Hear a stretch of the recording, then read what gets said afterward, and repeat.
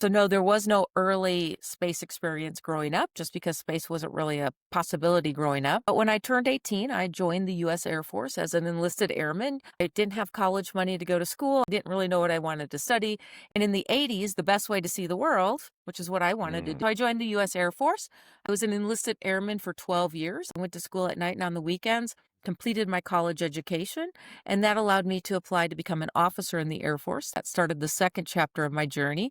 And the Air Force made me a space acquisition or space procurement officer. So I did project management related to space activities.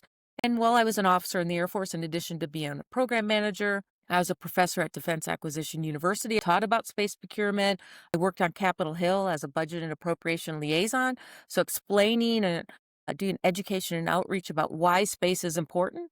And then when I retired from the Air Force, the next chapter of my journey started becoming the chief operating officer at Space Foundation, a U.S. nonprofit that did business internationally.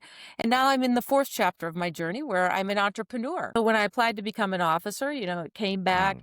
and said, you're going to be space acquisition. And exactly what you said. I didn't know what it was. None of my mentors knew what it was, and I did not want to do it. I actually tried to get out of it.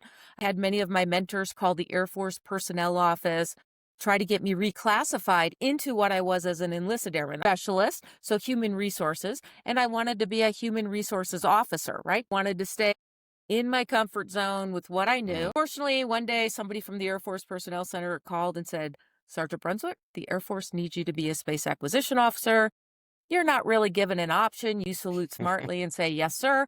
And I'm so grateful for that opportunity because even though I didn't know what it was, it launched this 25-year career I've had in the space industry.